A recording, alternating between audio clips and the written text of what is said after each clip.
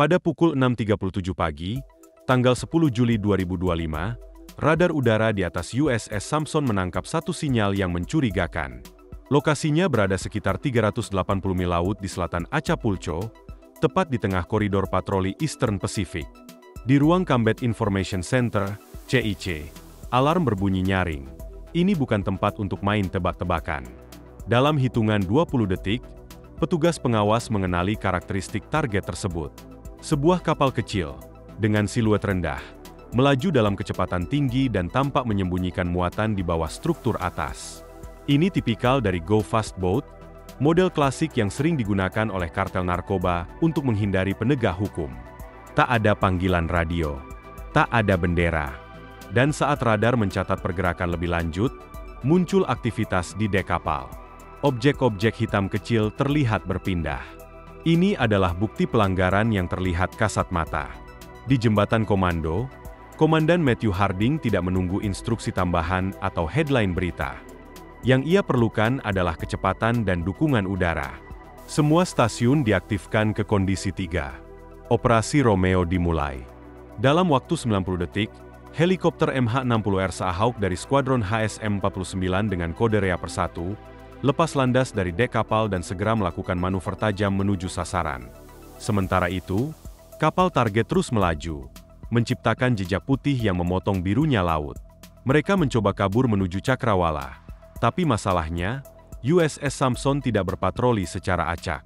Kapal perusak ini merupakan bagian dari operasi Pacific Watch, misi patroli laut dengan prioritas tinggi yang berfokus pada penghentian jalur perdagangan narkotika lintas benua.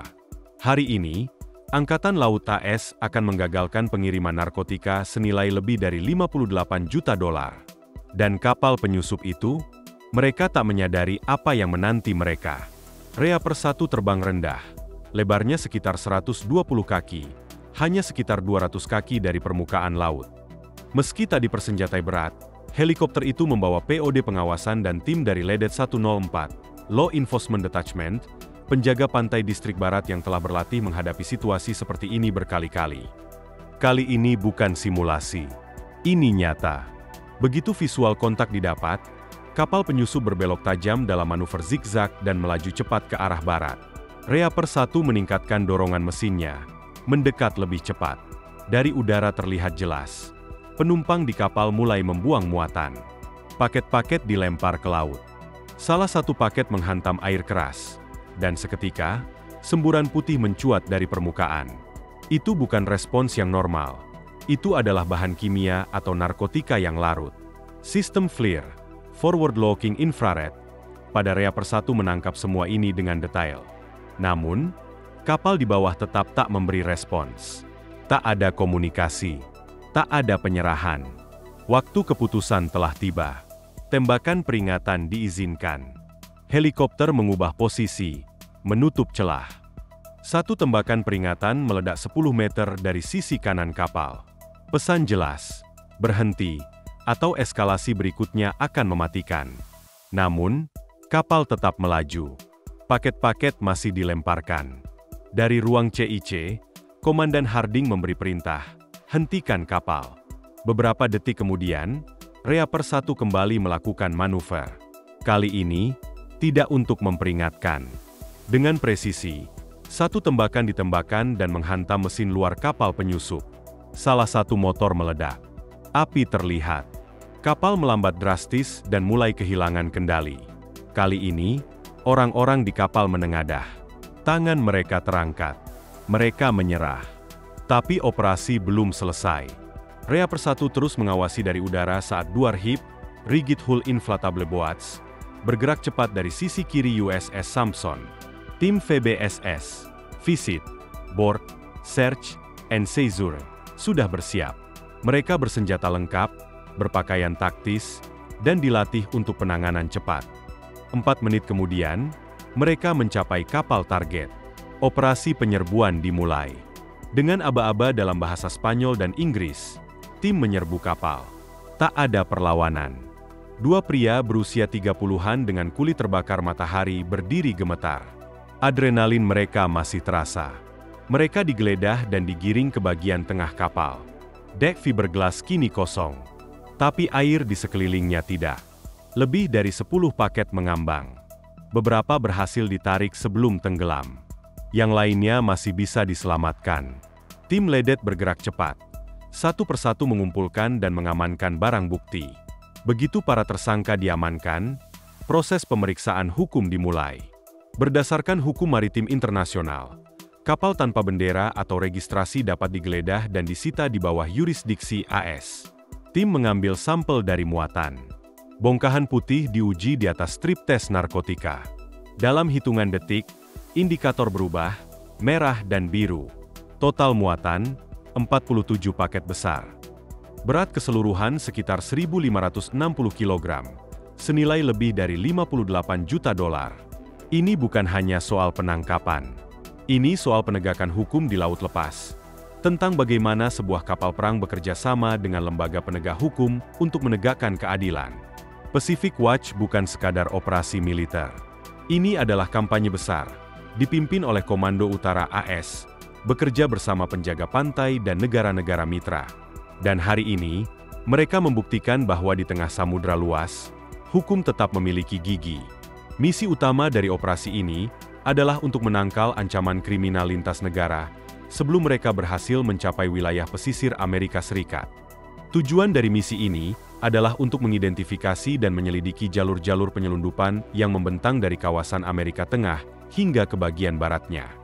Hari ini, posisi strategis yang mereka tempati berada tepat 380 mil laut di selatan Acapulco, dan mereka berada di tempat yang tepat. Namun, menahan kapal tanpa bendera negara di tengah laut, menggunakan kapal perang bukan hanya soal kemampuan taktis semata. Ini adalah persoalan hukum dan legitimasi. Meskipun kapal perang memiliki senjata berat, kecepatan, dan daya jelajah yang luar biasa untuk melacak serta menghentikan target, mereka tidak secara otomatis memiliki kewenangan hukum untuk menangkap tersangka atau menyita barang bukti secara langsung. Disinilah peran vital dari Detasemen Penegak Hukum, Law Enforcement Detachment, dari penjaga pantai AS menjadi sangat penting. Mereka adalah tim spesialis yang ditugaskan secara khusus untuk naik ke kapal perang AS dan memberikan legitimasi hukum. Begitu sebuah kapal yang dicurigai diklasifikasikan sebagai tidak berbendera dan membawa muatan ilegal, maka otoritas operasional akan dialihkan dari Komando Tempur AS ke jaringan penjaga pantai, melalui Kedutaan Besar AS dan Distrik Penjaga Pantai ke-11 di California. Tugas ini bersifat senyap, namun krusial. Dalam hitungan menit, misi yang awalnya bersifat ofensif bisa berubah menjadi operasi penegakan hukum. Bagi kru kapal perang seperti USS Samson, ini adalah rutinitas yang berisiko tinggi dan penuh tekanan. USS Samson adalah kapal perusak berpeluru kendali kelas Arleigh Burke, biasanya dipakai untuk misi pertahanan rudal balistik dan peperangan anti kapal selam. Namun, dalam lingkungan multimisi seperti Pacific Watch, fokus operasi bisa berubah drastis. Radar yang biasa dipakai untuk mendeteksi rudal kini diarahkan untuk mencari kapal penyelundup. Rudal Tomahawk dibiarkan dalam posisi siaga sementara RHIP, kapal kecil berkecepatan tinggi, bergerak mendekati target. Model kolaborasi antara kekuatan militer angkatan laut dan yurisdiksi hukum penjaga pantai seperti ini telah menjadi standar emas dalam mengamankan perbatasan maritim. Dalam operasi kali ini, hasilnya adalah intersepsi atas barang selundupan senilai 58 juta dolar tanpa ada korban luka. Tapi, tantangan baru segera muncul. Kapal jenis Go Fast yang mereka hadapi tidak hanya tidak berbendera, tapi juga sangat berbahaya. Lambung kapal terbuat dari fiberglass rapuh, mesin penuh dengan oli, dan sistem kelistrikannya rusak parah. Itu bukan kapal yang bisa ditarik ke pelabuhan. Itu adalah ancaman keselamatan yang mengambang. Pukul 9.45, misi kembali berubah, dari penyitaan menjadi pemusnahan. Kapal Go Fast ditarik perlahan ke sisi lambung kiri USS Samson, dan dipersiapkan untuk ditenggelamkan. Tapi bahkan dalam posisi diam, kapal itu masih berbahaya. Strukturnya rapuh dan mudah pecah. Satu gelombang tinggi saja bisa membuatnya menghantam kapal induk atau RHIP di dekatnya.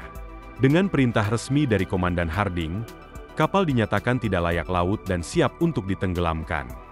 USS Samson tak menggunakan bahan peledak sembarangan, tetapi mereka tahu persis cara menenggelamkan kapal secara terukur. Seluruh kru telah terbiasa menjalankan prosedur ini. Segala peralatan penting, dari GPS hingga tuas kemudi, dicopot. Kokain yang disita sudah dikemas dan dibekukan sebagai barang bukti. 2 tersangka dibawa ke atas USS Samson dalam kondisi terkendali. Rahib kembali ke kapal Go Fast, kali ini membawa muatan berbeda, muatan peledak portable. Bukan untuk membuat ledakan besar seperti di film-film Hollywood, melainkan untuk menciptakan lubang-lubang kecil di lambung kapal, cukup untuk membuat kapal tenggelam dengan cepat dan aman. Pukul 10.12, perintah datang dari anjungan kapal, detonasi atas aba-aba saya. Lalu terdengar ledakan kecil yang teredam. Tidak ada api besar, tidak ada asap membumbung tinggi. Hanya riak pelan yang menyapu laut, sementara helikopter Seahawk masih berputar di udara. Pemusnahan kapal dilakukan secara tenang namun penuh makna. Ini bukan tentang kehancuran, tetapi tentang eliminasi ancaman, membersihkan laut dari kapal ilegal, dan mengirimkan pesan yang sangat jelas kepada para penyelundup. Jika Anda menyelundupkan narkoba di perairan internasional, Anda tak hanya akan kehilangan muatan, tapi juga seluruh kapal. Operasi ini bukan sekadar penangkapan, tapi sebuah cetak biru operasi maritim terpadu.